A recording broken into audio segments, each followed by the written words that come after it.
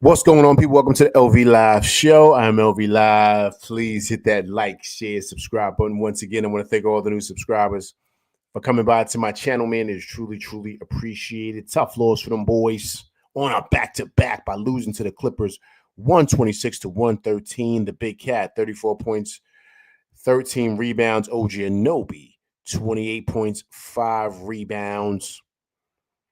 Tough loss. This Rover. What's going on, man? Appreciate you coming through Rock with LV Live tonight. Tough loss for them boys on a back-to-back to the Clippers, 126 to 113. Tough loss, man. Tough loss. I think that this was a really good game, man. But I think it was the third quarter. It was the second and the third quarter. But really the third quarter we lost, which was 40 to 29, and that was the ball game. And Kawhi Leonard got off, but it was James Harden that's third quarter that really kind of got the party started for them. And then Kawhi Leonard just took over in that fourth, and we just could not catch up, man. They just pretty much started pouring it on. And they did what most good teams do, man, who are pretty much, they got everybody back. They got everybody healthy. And they were able to make big shots, come up with big time, plays, and we were just unable to do so. And I think that the loss of campaign, believe it or not, really hurt us today. Because as well as I think Kolik's ceiling is, he's just not ready yet. He's just not. And you can see it when you go against upper echelon teams who have really good defenders, long, strong defenders on him. You could see that he's just not ready yet. But all in all, man, I thought we played good in the beginning. It was just the two stars stepped it up. Powell, of course, added on his 19. I believe he had tonight. Thought he was solid for them. But it was basically the two stars, man. Leonard and, of course, the beard, right? We'll call him. But it was a tough loss, man. Tough loss. Listen, definitely try to bounce back on Friday against the Bucks. But this was tough. I thought when you look at the game and you kind of break it down, right, I thought that it was pretty evenly matched when you look at the numbers and you look at the stats. I'm going to bring it up for you in a second. And it was pretty even because Bridges, I believe, had 17 tonight. How much did Bridges have, right? I'll bring it up in a second. Bridges had 17 tonight, right? So campaign at 15, right? Of course, I said, Big Cat at 34 and OG Anunoby had 28. So it was pretty evenly matched on their end because tonight, James Harden had 29, Zubac had 18, Powell had 19, and Kawhi Leonard has 17. So that's kind of pretty much equal to ours. Josh Hart didn't give us anything. He only has 7 points tonight. And Chris Dunn on their end only had 9 points. So once again, it's kind of even numbers. But what tipped the scale was their production from the bench. Derrick Jones gave them 12. Batum gave them 6, as well as great defensive plays from him. Ben Simmons gave him 2. And, of course, Ben Simmons was active again. 8 rebounds and 2 assists, and Bogdanovic gave him 4 points. So that kind of tipped the scale to where we didn't get any production from our bench. Shamet gave us 6 points, and Precious Achiuwa gave us 6. That was it. And so I think that played a major, major, major part as to why we didn't pretty much come up with this win. I thought this was definitely a winnable game, but I thought those key moments, man, to where that unit coming in. Corey Lindsay, what's going on, man? Appreciate you coming through rocking with LV Live. Tough loss on the boys, 126 to 113. That unit that came in at the end of the third was a bad lineup from Tibbs, right? You had Josh Hart out there. You had Shamet. You had Mitch. You had OG Anunoby. And you had Kolik, right? I'm like, dude, where's the offense going to be coming from, man? Like, you know what I mean? That's a bad, bad lineup. Like, as good as OG Anunoby has played, he's not a guy that can create his own shot. When you have that type of offense out there, you're going to need a guy at the top of the key that can create his own shot. Bridges can do that. OG Anunoby's not. He doesn't have that skill set. He's a great player. We know this, but he can't like take guys off the dribble like that. Like he can't create his own shot. He starts fumbling the ball. He's more catch and go type of guy. And so that's really where they started pulling away, the end of that third.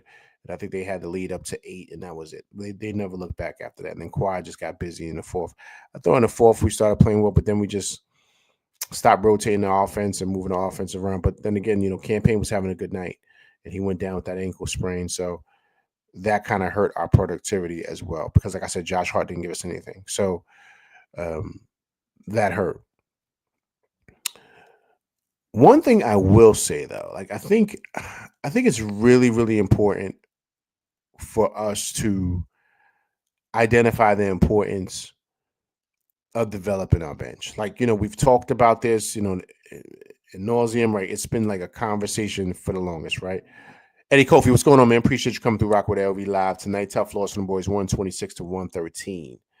The Big Cat, 34 points, 13 rebounds. It's extremely important for them to develop the bench because, and this is going forward, like for next season, I'm really speaking of. I said this earlier in this year, guys, and you guys could go back in my videos and really take a look and check it out. I said, listen, you got to develop guys because you're going to need them. This is a long season, man. Guys are going to get hurt. And now you're starting to see this is truly the dog days of the season because you got 10 games left before the playoffs. So you kind of got to be careful here with your team and with your lineup because you see Boston Tatum just went down. He sprained his ankle, right? You see out there in Milwaukee, right? Dame Lillard, he's got that blood issue, right? With his whatever he's dealing with, right? So he's got that. He's out indefinitely, right? So you're getting to this point now where you got to really monitor your stars and make sure that guys aren't getting hurt and, guys are ready to go for the playoffs. So I've always said it. I said it's important. You got to develop guys like Dadier, Akaporte, and of course, Tyler Kolk. You got to develop these guys. You have to. You don't have the money to go out and get anybody. You got to develop these guys to where these guys are ready to go. So I said this back in December. Like you gotta do that. He had guys playing like against Charlotte and all these other terrible teams, and he had like Brunson on the court playing 40 minutes. It made no sense to me. And so what happens is now you see Campaign goes down, he sprains his ankle. We don't know how long he's going to be out. Kolek would be further along if he would have got an opportunity to develop, meaning get some minutes, playing solid minutes on certain nights during the season in November, December, maybe in January, right? Now you will see a different player now. You will see a confident guy that knows how to run an offense, is confident in his shot. He doesn't look confident at all. He's not even looking at the rim. Now he's he's short on his free throw shots. That means he's not using his legs. He's unsure. He's missing free throws. This kid is a solid ball player, but you can see the confidence isn't there. He doesn't want to make a mistake because he doesn't want to get yanked, right? So this is all, mind games and what really impacts players, right?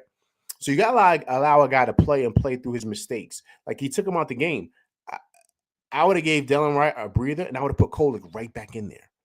He's got to develop. He's got to play. Like now, Tibbs can't play every game or coach every game like it's the finals. You don't need to do that. But that's his Achilles heel because he's not thinking of development. He's not thinking because to me, I thought the game was over with like 4 or 5 minutes left. To me, that's when he should have let certain guys play. But once again, that's philosophy, right? And some people might feel like, LV, you're bugging, man. I'm trying to win every game and I'm trying to push the limit. Yeah, like I'm trying to win every game too. But at the same time, I have to identify that certain guys need to develop because I'm going to need guys like I am. And you don't want to be in a situation where now you're forced to play Kolek. You're forced to play Kolek, right? And you did not develop him throughout the year. So once again, this has always been his thing. You were forced to play Akaporte because Sims couldn't go, or Sims got hurt or got sick or whatever was going on. And then they decided they'll say, okay, we're going to stay with Akaporte. You could have been playing Akaporte because Mitch has been out. So once again, it's development. It's all philosophy, man. And I think this is where he drops the ball. Right. And I think, tonight it's a back-to-back, fine. But you see, he doesn't trust certain guys. Like, why wouldn't Beauchamp get some minutes, right? He's a good offensive player, right? But you got to play these guys in order to develop them. What about Dadier, right? Why wasn't he developed? We understand, Kevin McCullough Jr., we already know he had the knee issue, so that's his dynamic. But Dadier is the same thing. So this is, once again, this is all like a domino effect. So if you don't develop guys in the past, these are the things that you're going to run into when guys get injured. Now you have guys out there who aren't ready to play. It's easy to say, keep yourself ready. Yeah, that's easy to say, man, when I'm not playing any minutes. And these are young guys. So the only way they're going to learn is they got to play. Now, a vet who's used to doing this, he knows how to stay ready because he's been in the league long enough. But a lot of these young guys, they don't really know. The only thing they know is to play. Right? So the only way they're going to get better is you got to throw them in the fire, man. And not in the fire now when it's 11 games left and they haven't played all year. So it's the early games. It's the games against Charlotte. It's the games against Washington. It's the games against, the bottom seed teams in the league to where they can get out there and get that experience, get that confidence. So when a situation like this arises, guys get hurt, guys sprain ankles. Now you can say, okay, I know who I can go to in this moment because these guys have been ready. They've been developing all year. And so I think that's very, very important, man. I think that's where Tibbs and the whole scouting department, has kind of dropped the ball because I think Kolik's a really good ball player, but you could see where he's limited. You could see it because he hasn't played. He hasn't played. You haven't put him in the fire. So to develop that confidence to where you put him out there, he doesn't seem lost. He doesn't seem unsure of his shot. Because then you have him out there with Josh Hart. Those are two guys that just don't put fear in the defense because they can't shoot. At least Campaign will let it fly. Right? And he can knock it down. So now you got to respect him. Now it opens up the court. So with a guy like Kolik, yes, he's a great passer, but you can see he's unsure of his shot. He doesn't believe in it. The only way you're going to believe it is you got to play, man. You got to play. You got to know that, when I play and I make a mistake, I don't have to worry about the coach yanking me. He's going to let me play through my mistakes. And I can tell you right now, because I've been one of those players, you don't want to make a mistake because you don't want to get yanked, man. And that's what it felt like he was playing like.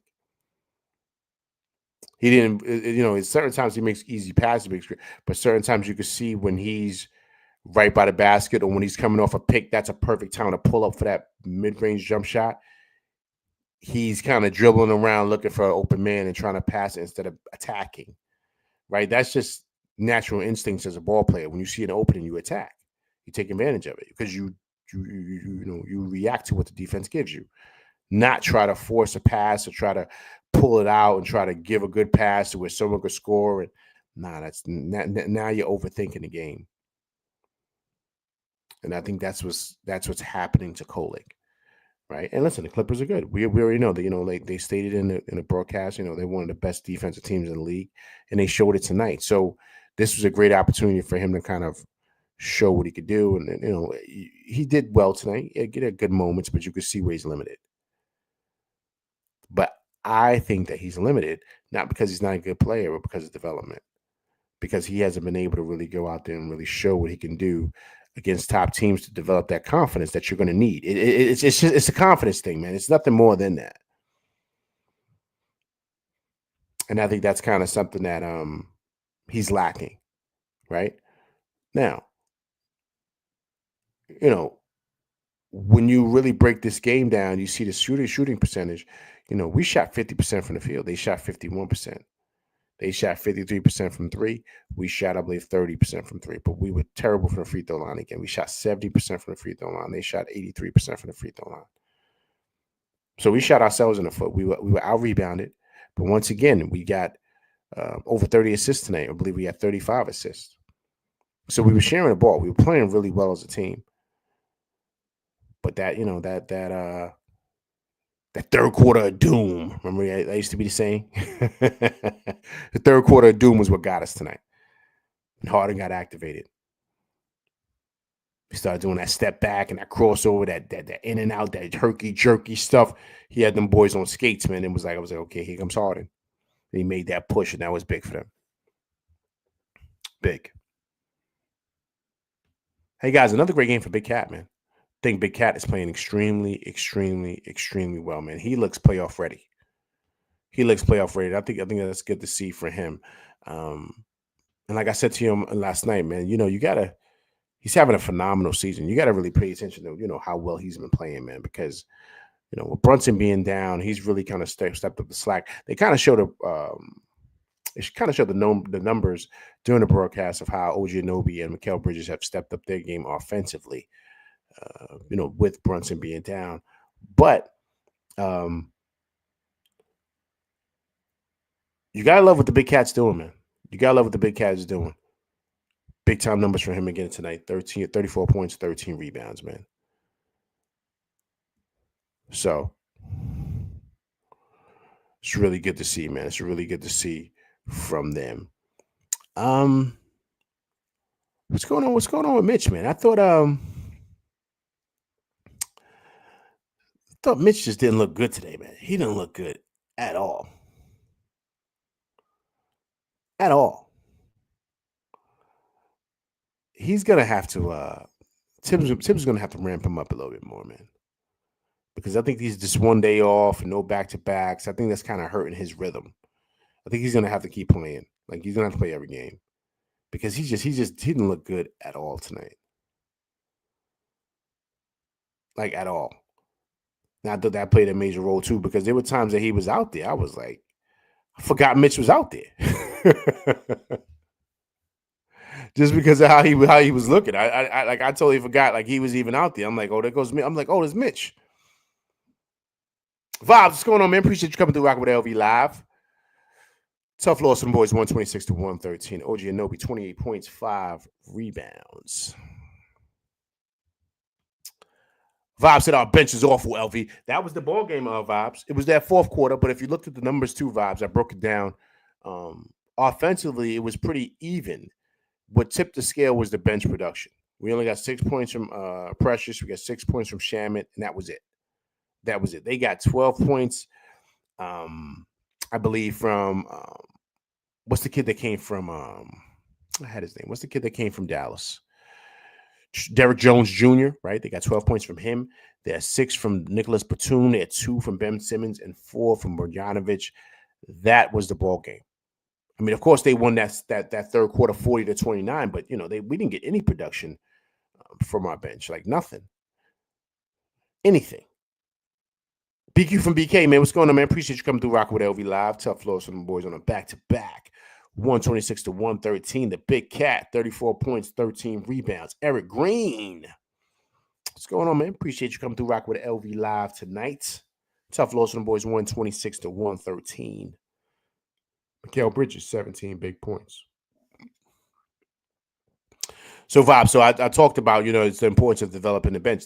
Hey, guys, listen, I've been saying this from the beginning. You know that about the importance of developing this bench. And I said that there's going to be moments like this during the season. You're going to need these guys. But once again, it's all about philosophy. Tibbs probably don't think like that. He says, okay, so what? I'm trying to win this game right now. Yo, but listen, think further. You're going to need guys to play, because when guys go down, you can't just throw guys out there and say, okay, we need you now. Like, you haven't been playing these guys. So they're not going to be ready to go. They're just not.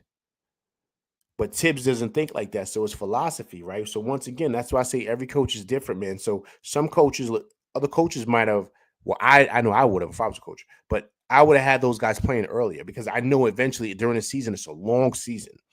Eventually someone's going to get hurt. Brunson's been hurt. OG Anunoby's been hurt. Josh Hart has been hurt. The only person that Cat's been hurt. The only person that did not get hurt was Bridges. He's the league Iron Man. We know that. But now Campaign is hurt, right? Mitch has been out. Shamet was out.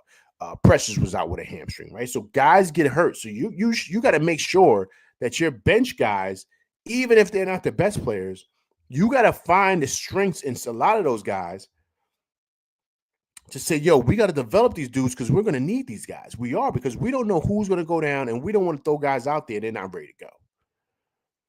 So once again, it's a philosophy. Tibbs may feel like, well, I'm not going to think about that. These guys, they should be ready to go. They're pros and stuff like that. Yeah, but it's a new era, Tibbs. A lot of these guys need to see the court and play in order to build their confidence. So, so once again, it's philosophy, man. That's all it really comes down to, because yes, Kolek's got a great upside. I think he's good, but now he played against a legit team with legit wings, big, strong guards that are athletic, and he struggled. And he's struggling with his shot. And if you can't knock it down in this league, which Deuce learned early, you're going to struggle in this league. And he can't be coming off pick and rolls and passing all the time. He's got to be able to knock down shots. And if he can't do that in this league, he's not going to be able to play.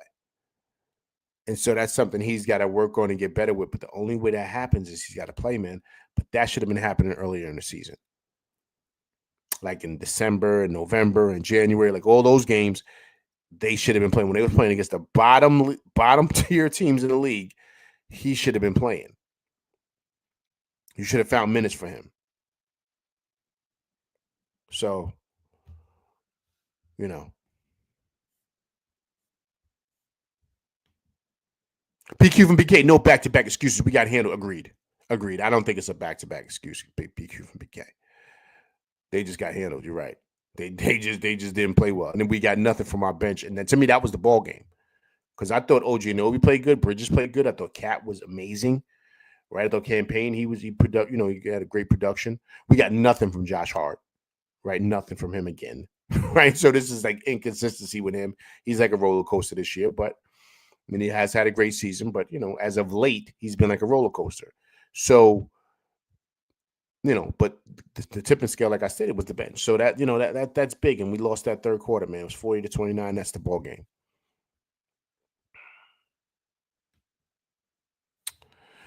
Eric Green says, we gave it too many points, man. Can't try to outscore teams. We need to avoid the third quarter of doom. We should have both Clipper games. Now, we should have had both of those games. Slim Boggs, what's going on, man? Appreciate you coming through, rocking with LV Live. Tough loss for them boys. 128-113. The Big Cat. 34 points, 13 rebounds.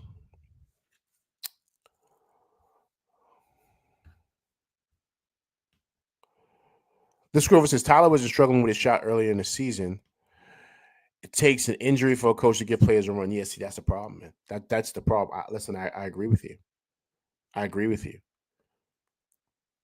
But once again, man, I don't think it's anything more than just the guy's philosophy. That's what I think. And I think Tibbs' philosophy is, he's a top heavy guy. He's going to play all those guys who he trusts, those veteran players, most of the minutes, as they should get most of the minutes. But he doesn't really believe in developing the young guys. He does in bits and pieces, but you see what the league is turning into now. Guys are going 9, 10, 11, 12 deep. So just in case someone gets injured or you want to sit a guy for a couple of games, get him ready for playoffs, you could still get wins and steal wins with your backups. Tibbs hasn't done that. He coaches every game like it's the final. So guys aren't ready to go. They're just not. Dadier's not ready, man. He's not. Why isn't he ready? Right? That's the question of all questions. Like, you got to ask that question.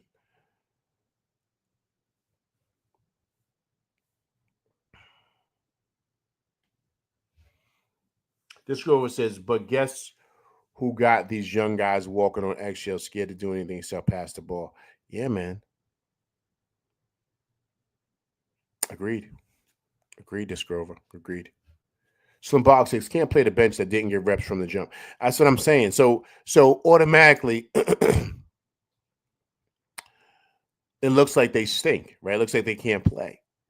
But that's easier said when you haven't gotten reps, right? You don't know what it's like playing in this league. And listen, man, like right now, most teams are pretty sharp. Now they're might being mindful of injuries, but you see the Clippers tonight. Clippers look sharp, man. They look sharp. Look like a playoff team, and they knew exactly what they wanted to do, knew the sets they wanted to play. The sets they wanted to run to win the game. They knew what they wanted to do. They're starting to get their playoff mode going, right? And I love the fact that too many fouls weren't called today, because now the refs are starting to get the guys ready, because in the playoffs, you're not going to be getting a lot of fouls. You're going to have guys play through it, and so you got to be able to do that. But you saw a solid, legit playoff team tonight. You saw it. They were able to close the game. I think it was Eddie Kofi that stated it up there. Tibbs got out-coached again, which he did. I would have never put in that lineup with Mitch, Shamet, OG, Kolek, and Josh Hart. Like, I would never have done that. There's no offense. OG's not gonna create his own shot. He doesn't have that skill set. You got to keep Bridges on the floor. Now you give him a breather here and there, but he's the only guy. If Cat's not out there, you can't, like, this situation right now. You cannot have Cat and Bridges off the court at the same time. You just can't. Not now, because offensively we just don't have anybody that can really. You know what I mean? So once again, that's just identifying certain things. But Tibbs, he's just not. He's like he's disconnected from. This girl said this is the fourth or fifth time we've lost to a retirement home team. Agreed. Do you think this team would be better with Randall instead of Cat with the same lineup? No. You got Randall's a turnover machine, man. He will be throwing the ball all over the place. He thinks he's a point forward. I love Randall. I love his hard nosed and how he can be, but Randall was a nightmare last year. And believe it or not, he's just as bad as Cat on defense. He's just as bad. How many times did Randall just let people run right past him? And he's sitting around looking at people going, oh, like, you were supposed to get him. Like, like, Randall, what are you doing? Making bad passes.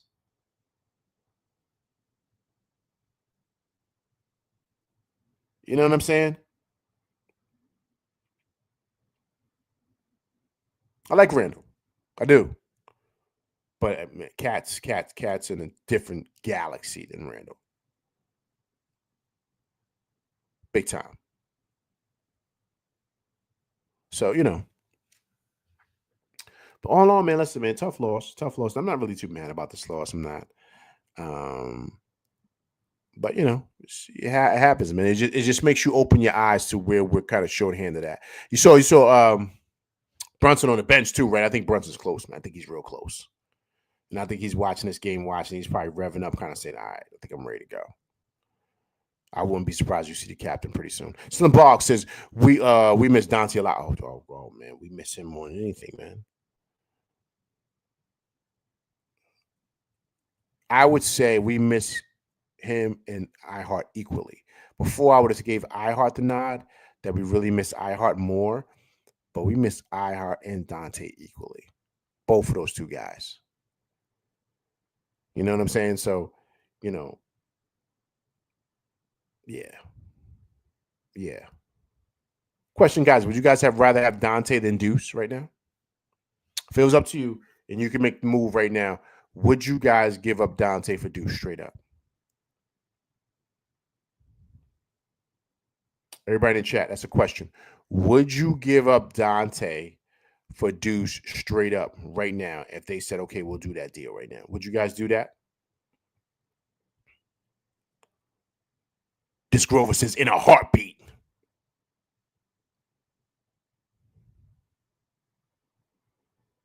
This Grover says, I'll drive Deuce to LaGuardia myself right now.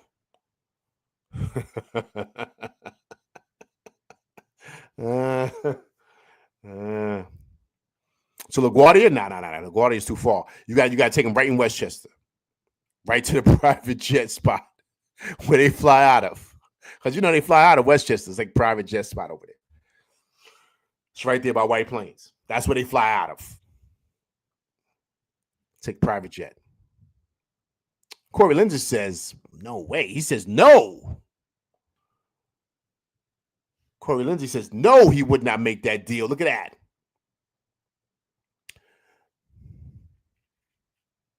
Dante for Deuce straight up right now.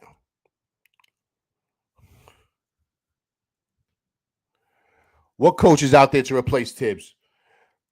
Got a lot of young coaches out there, man. But what's funny is that you're not going to really know until like the off season, Slim Box, because there might be a lot of guys that might leave. A lot of guys might get fired. I know a lot of people are talking about, Jay Wright or Dan Hurley and Johnny Bryan and Frank Vogel. A couple of names out there, but you don't know who's going to be available, man. You really don't know. Scott Brooks, right? I don't know. Who knows? But I think Tibbs will be back, man. I think Tibbs will be back. This is bigger than basketball with these guys, man. This is like, man.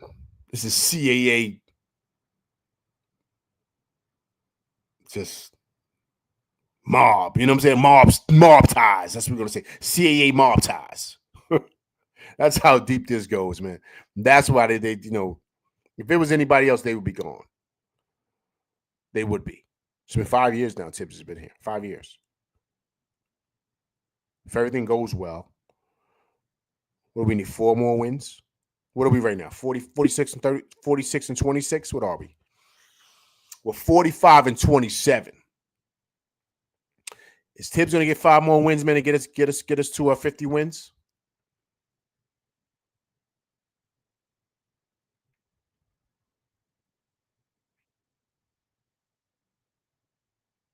You know? Is that going to happen? Ooh, look at this Grover. This is nice, Harry. I like this. A buddy of mine expressed interest in Penny Hardaway. Ooh. You bring Penny to the Knicks? Is Penny ready for the NBA? Would you bring Penny? Would you have him leave his alma mater in Memphis, where he's like, he's like larger than life out there, man. They love Penny Hardaway. Would you have him leave that to come to the Knicks? Is he ready for that jump? Is he ready to deal with that? What say you guys? Everybody in the chat, do you like Penny Hardaway for the Knicks? It's a great thing Disc Grover brought up here. Penny Hardaway for the Knicks. I think that would be an interesting move, man. Interesting move. Very interesting move.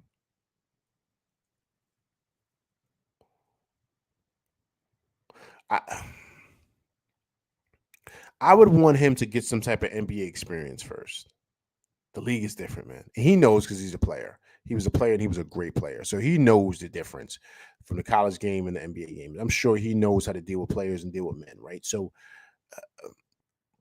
but the league is different, man. This league is different. So, it would take him a minute to get adjusted to the way things are. And, but then again, you never know, man. These young coaches, man, these guys are sharp. Look what JJ Redick's doing out there in LA. Of course, he's got LeBron, and of course, they blessed him with Luka. But I mean, JJ Redick, man. I mean, that was a bold move, man, that they made by getting him. But they saw something in him, man. They saw something in him. So sometimes you got to swing for the fences, man. This girl says, "Come on, LV, man. That didn't stop a bunch of NBA rookies from winning a chip." Listen, agreed. You're not wrong, sir. That's why I say you got to swing for the fences. So if you're going to jump out the window and go for Penny, because you want to have a young coach to be able to identify with these young players, he's around the same age as these guys. How old is Penny? What's Penny? Late 30s? Nah, I'm bugging. I think Penny's in his 40s, right? I think Penny's in his 40s. How old is Penny?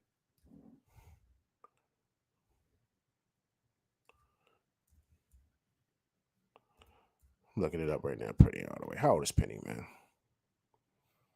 I'm way off. Penny, 53 years old, man. Penny is 53 years old. He's in his 50s, man.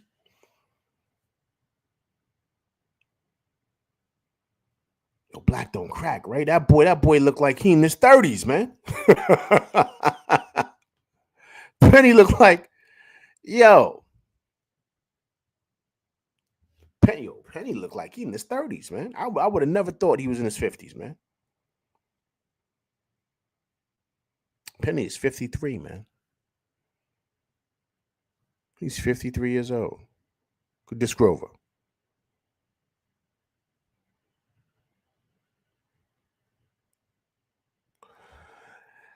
Yeah, man. Listen, that's an option. You got me thinking now, Disc Grover. I like that. Penny Hardaway to the Knicks, man. I like Penny too, man. I like what Penny brings to the table, man. He don't play no games, man. He's pretty sharp. I think he could really get these guys on track. I think he would be able to do a pretty good job of really getting these guys to lock in my opinion.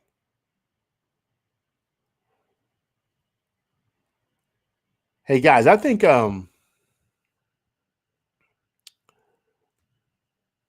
Brunson comes back pretty soon, man. I think he comes back pretty soon. You see him on the sidelines, right? You see him on the bench. He's locked in, man. He's locked in. He's watching his team. You know, he's been out for a couple of weeks. He's out the boot. I think Brunson might push the issue, man. I think you might see him back in like a week, man. I think he gonna be like, yo, I'm good. He's gonna be like, yo, I think I'm good. You see him on the sideline. You see him. He's like he's itching at the bit. He's sitting right next to his pops. He's breaking down the game. You see him seeing certain things. He's like, oh, all right. It's time for me to come back out. It's time for me to come back. I wouldn't be surprised if he pushes the issue and says, I'm good to go. If he's out there playing tomorrow. You know what I mean? Running around and stuff like that. So I would not be surprised.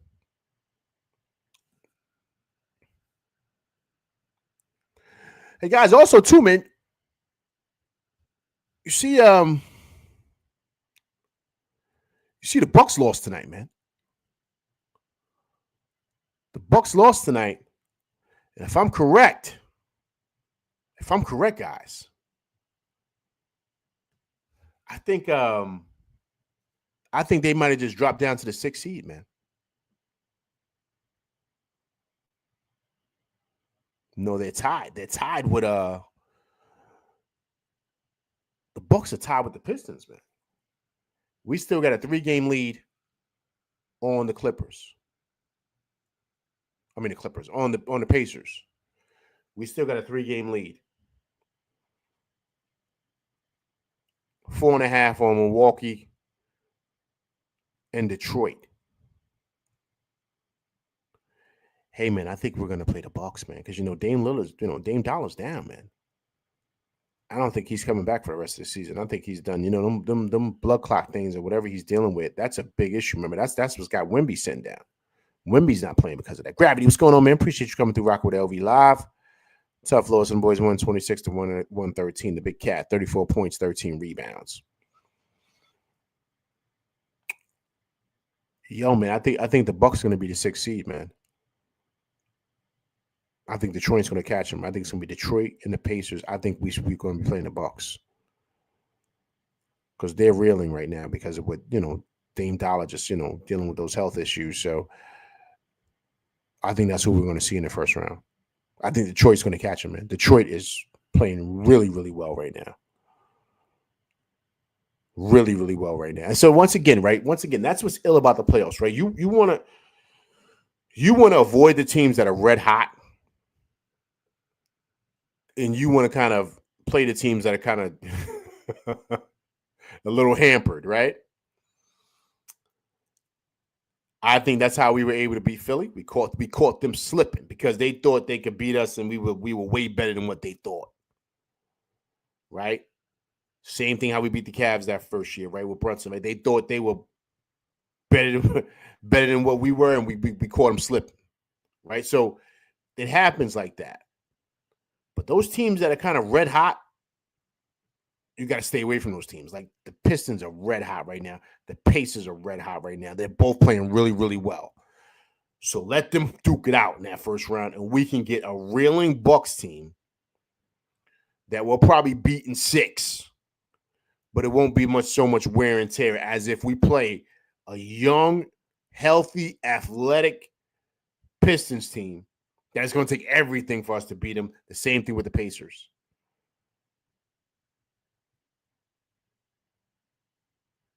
So I think that's something we should really kind of pay attention to, man. These standings here.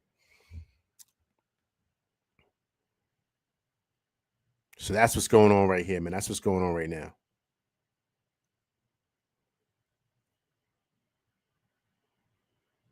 Because the last 10, the Pacers in their last 10 are 7-3. The Pistons are 6-4. The Bucks are 4-6 in their last 10. We're 5-5. We just need one more game to clinch. So it's gonna be ill, man. It's gonna be an ill stretch, man. It's gonna be an ill stretch going down towards this last push right here for these last 3 seeds. I think the Knicks are pretty much gonna be locked into the third. I think it's gonna take a lot for those guys to catch us, but plus we beat them in the we beat the Pacers in the series, so we won 2 out of 3. So I think we're gonna have the edge on them there to get that 3 seed. But are you guys okay if we play the Bucks? Is everyone okay with playing the Bucks? How you guys feel about that? Everybody in the chat, are you okay with playing the Bucks? Or do you still want the Pistons? Or do you still want the Pacers? I'd rather play the Bucks, man. I think the Bucks they don't match up well with us at all. At all.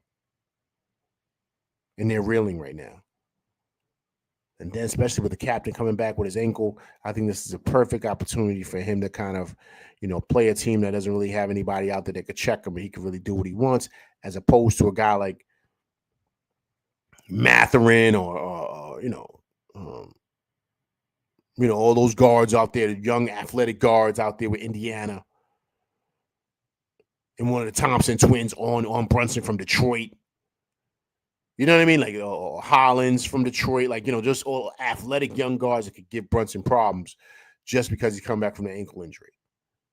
So he's gonna have to work a little harder. Whereas in Detroit, not Detroit, excuse me, with the Bucks, they don't really have anybody.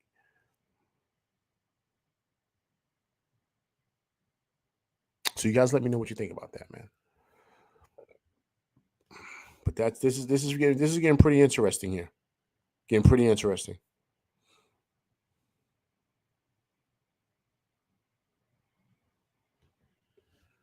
This girl says we're getting smoked by the Pistons. Yo, the Pistons, man. Pistons are legit, man. We don't. I told you guys. I said it here. I don't want anything. I don't want no smoke with the Pistons right now, man. No smoke, because we're not healthy, man. We're not healthy. And the Pistons are they're a young team, man. They look like they're ready to go. Look like the season just started for them. Eric Green says, I want the Bucks. Stay away from those young boys on the. Yo, I'm telling you, man. I'm telling you.